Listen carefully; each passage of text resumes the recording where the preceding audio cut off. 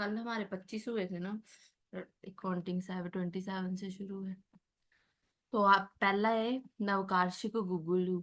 ठीक है, तो गुगुल जितने भी हैं, जैसे नवकार्षिक आ गया, लाक्षा आ गया, सिंहनाद आ गया, किशोर, योगराज। कल एक और योगराज हमने किया था, वो किसमें था प्रीति? पांडु में।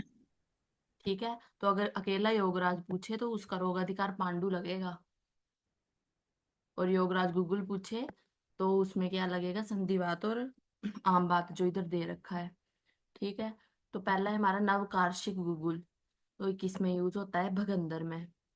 ठीक। उसके बाद है लाक्षा गुगुल। ये किस में यूज होता है? भगन में।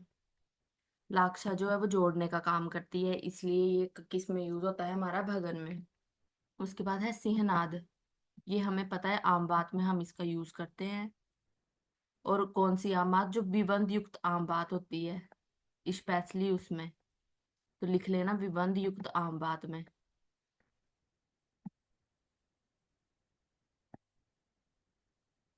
ठीक है, विबंध युक्त आम बात में जो है सिंहनाद गुगुल यूज होता है। उसके बाद है कैशोर।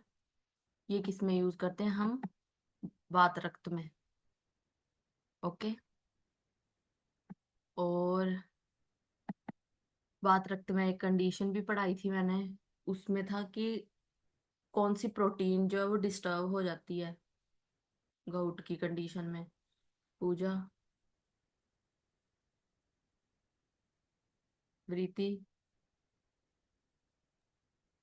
ये नहीं याद। कोई बात नहीं। जो प्यूरिन प्रोटीन बताई थी।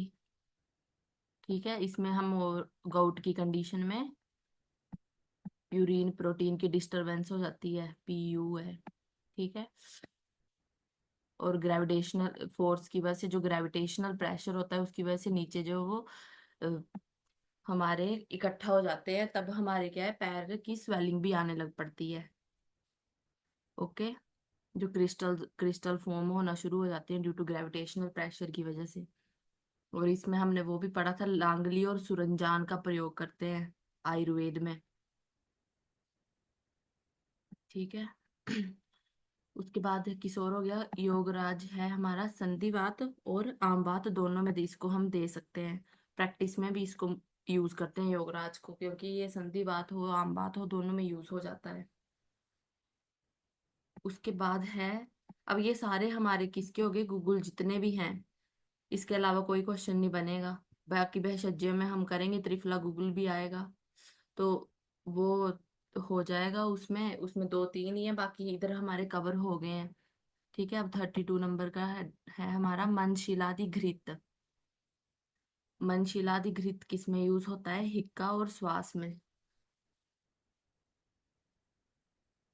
ओके। उसके बाद है मनशिलादि लेप। अब पहले इसको देखो, मनशिलादि घृत और धूम को, क्योंकि हिक्का का श्वास हम तीन जो है रोग सेम सेम पढ़ते हैं, मतलब एक जैसे लगते हैं ये। तो ध्यान रखना कि धूम, जो मनशिलादि धूम है वो हम किस में यूज करेंगे? काश में। और जो मनशिलादि घृत है वो हम किस में यूज करेंगे? हिक्का और श्वास में। तो ऐसा ना हो जाए कि धूम में जो है वो हिक्का श्वास कर दिया और घृत में कास कर दिया। ये कंपेयर करके पढ़ना। ओके। अब मनशिलादि लेप। लेप किस में यूज करते हैं हम? मनशिलादि लेप श्वित्र में। उसके बाद है मनशिलादि फल पूरक। ये किस में यूज होगा? हमारा छद्दी में। ओके। तो चरक में जितने भी मनशिलादि वाली चीजें हैं वो एक साथ इकट्ठी लिख दी हैं, एक साथ इकट्ठी कवर हो गई हैं। तो इनको साथ के साथ इधर ही याद कर लेना। मनशिलादि घृत हिक्का और श्वास में है। मनशिलादि लेप स्वित्र में है। मनशिलादि धूम जो है वो कास में है। मनशिलादि फल पूरक किसमें है? छर्दी में। अब उसके बाद है शशिलेखा बटी। ये भी इम्पोर्टेंट है। शशिलेखा बटी भी इम्पोर्टेंट है, जिसको हम किस में देते हैं? स्वित्र में।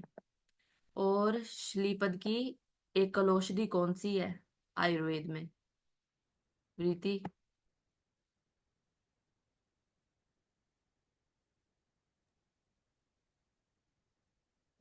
वर्तमान हरित की। वो तो हम देंगे उसमें, एक साथ में लिखाया भी था, ऐड कराया था कि एकलोद। शाखोटक। ओके ठीक है। ठीक है, उसमें क्या देंगे हम, शाकोटक। और मॉडर्न में क्या था, डेक। उसके बाद है हमारा खदीरादी गुटिका। खदीरादी गुटिका किस में देते हैं हम, गल रोग में। चिकित्सा का जो 26वां चैप्टर है वहां से है ये बने हुए योग। तो खदीरादी गुटिका किस में देंगे हम, गल रोग में। अब मयूर घृत और महामयूर घृत। जो मयूर घृत है वो किस में हम देंगे, उदरवगत जो रोग, उदरवगत रोगों का जो है वो नाश करता है। तो मयूर घृत का हम उपयोग करेंगे उदरवगत लोगों के लिए। और महामयूर घृत, इसको जो है वो मोर से याद रख लेना। अब मोर है, ठीक है, उसके उसके सिर के ऊपर ऐसे बना होता है, ठीक है, तो मतलब मोर के सिर के ऊपर ऐसे। तो इससे क्या हो जाएगा, जो महामयूर घृत है वो किस में है हमारा, शिरो रोग में। पहले महा मतलब बड़ी चीज आएगी, वो हमने मोर से कर ली, मतलब सिर पे बना था उसके। तो वो किस में आ गया हमारा, शिरो रोग में। ओके, जैसे हमने चित्रकार की थी, उसका चित्र बनाया था किसमें, नासा रोग में। तो महामयूर घृत किस में यूज होता है हमारा, शिरो रोग में। और मयूर घृत उधर्व जत्रुगत रोगों में। ओके, उसके बाद ये बात व्याधियों से है। अब अंशुमति द्वय सिद्ध पया किसमें हम प्रयोग करते हैं, तो हृदयगत जो वात है, हृदयगत जो वात है उसमें क्या है, हम अंशुमति द्वय से बनाई गई पया का प्रयोग करते हैं। अब अंशुमति द्वय, ये द्रव्य से क्वेश्चन बन जाएगा कि इसमें क्या क्या चीजें आती हैं। तो अंशुमति द्वय होता है हमारा कृष्ण पढ़नी और शाल पढ़नी। अंशुमति द्वय को क्या कहते हैं हम, कृष्ण पढ़नी और शाल पढ़नी। ओके, और साथ में साइड में लिखा है कोष्ठगत वात, ये भी इंपॉर्टेंट है। जो कोष्ठगत वात है उसमें हम क्षार का उपयोग करते हैं। और हृदयगत वात में क्या है, हम अंशुमति द्वय का प्रयोग करते हैं। ठीक है, अंशुमन का हृदय ऐसे याद कर लेना इसको। और ये भी पता होना चाहिए, अब वो अलग से लिख दे कि शाल पढ़नी और कृष्ण पढ़नी की पेय से बनी हुई पेय का प्रयोग हम किस में करते हैं। तो उसके लिए पता होना चाहिए, शाल पढ़नी कृष्ण पढ़नी को जो है वो हम अंशुमति द्वय कहते हैं। ओके, हृदयगत वात में। उसके बाद है हमारा खदीरा रिष्ट। अब हमें ये देख के लगता है कि स्किन डिसऑर्डर में होगा, या जो इन्फेक्शन एलर्जिकल कंडीशन है उसमें हम देंगे। ठीक है, तो ये किस में यूज होता है, इसको भूलना मत, इस पे क्वेश्चन बन चुके हैं। और ये इम्पोर्टेंट भी, इम्पोर्टेंट तो सारे योग है जितने भी इधर कराऊंगी, क्योंकि हम सारे नहीं करेंगे, लिमिटेड करेंगे। वो याद पूरे के पूरे रखने हैं। तो खदीरादि अरिष्ट किस में है, मांसगत विष में। मांस धातुगत विष में है खदीरादि अरिष्ट।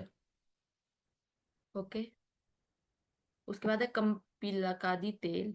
तो कंपिलक तेल जो है वो हम किस में करते हैं, विसर्पजन्य व्रणों में। अब ऐसे याद रखना इसको कि अब हमें सांप दिख रहा है, तो सांप को देख के क्या है, हम कांप जाते हैं। तो मतलब सर्प को देख के कांप के, विसर्प का सर्प पढ़ लेना। ठीक है, तो याद रह जाएगा, कांपे थे तो मतलब कंपिलकादि तेल आ जाएगा। क्योंकि इसमें किरातिक्तादि क्वाथ भी दे देंगे, क से और चीजें भी दे देंगे। तो क्या है, सांप को देख के क्या है, कांप गए। तो विसर्पजन्य व्रणों में किसका उपयोग करेंगे हम, कंपिलकादि तेल का। उसके बाद है चव्यादि घृत और चांगेरी घृत, इंपॉर्टेंट योग। क्योंकि दोनों ही जो है वो गुदा भ्रंश में यूज इनका हम करते हैं। पर अगर ऐसा क्वेश्चन आए कि गुदा भ्रंश में हम कौन सा यूज करते हैं, तो आंसर लगेगा चव्यादि घृत चांगेरी दोनों, बहुत आंसर लग जाएगा। अगर ऐसे पूछा कि गुदा भ्रंश रुजापहम, गुदा भ्रंश रुजापहम, ये इसका ये हटा लेना डैश बीच में से। गुदा गुदा भ्रंश रुजापहम, अगर रुजा वर्ड साथ में भी यूज है तब हम सिर्फ और सिर्फ एक आंसर लगाएंगे, दोनों को हिट नहीं करेंगे। तब सिर्फ और सिर्फ चांगेरी घृत आंसर लगेगा। ये ध्यान रखना। ओके। तो चा चव्याधि घृत किसमें है? गुदाभ्रंश में है। चांगेरी घृत किसमें है? गुदाभ्रंश रुजापहम में। रुजावाड़ याद रखना। उसके बाद है दशांग घृत। ओके, अब दशांग लेप भी आता है एक, जो षडांगर ने जिसका वर्णन किया है, जिसको हम जो है वो व्रण में यूज करते हैं, लेप के पर्पज से, स्किन डिसऑर्डर में यूज करते हैं, विसर्पजन्य व्रणों में भी इसका यूज करते हैं, जो दशांग लेप है। लेप की बात हो रही है इधर। तो ध्यान ये रखना है कि उधर दशांग घृत में, क्योंकि लेप फेमस है। हम जब षडांगर का पढ़ेंगे तो इसके कंटेंट भी लर्न करते हैं, क्योंकि उसके कंटेंट पे भी क्या है, क्वेश्चन बने हुए हैं। ठीक है, तो ध्यान रखना उधर घृत पूछा है कि लेप पूछा है। तो दशांग घृत जो है वो हम वातज गुलम में यूज करते हैं, ये काश्यप और भेल ने बोला है। ओके, काश्यप और भेल ने बोला है दशांग घृत का। और दशांग लेप ये किसने बोला है? षडांगर में। ठीक है, जो किसमें, व्रण में, विसर्पजन्य व्रणों में यूज होता है इसका, स्किन त्वचा के विकारों में इसका यूज होता है। इसके ड्रग्स हम तब करेंगे, बस एक ये लिख लो जो क्वेश्चन बना है कि इसमें घृत कितना यूज होता है।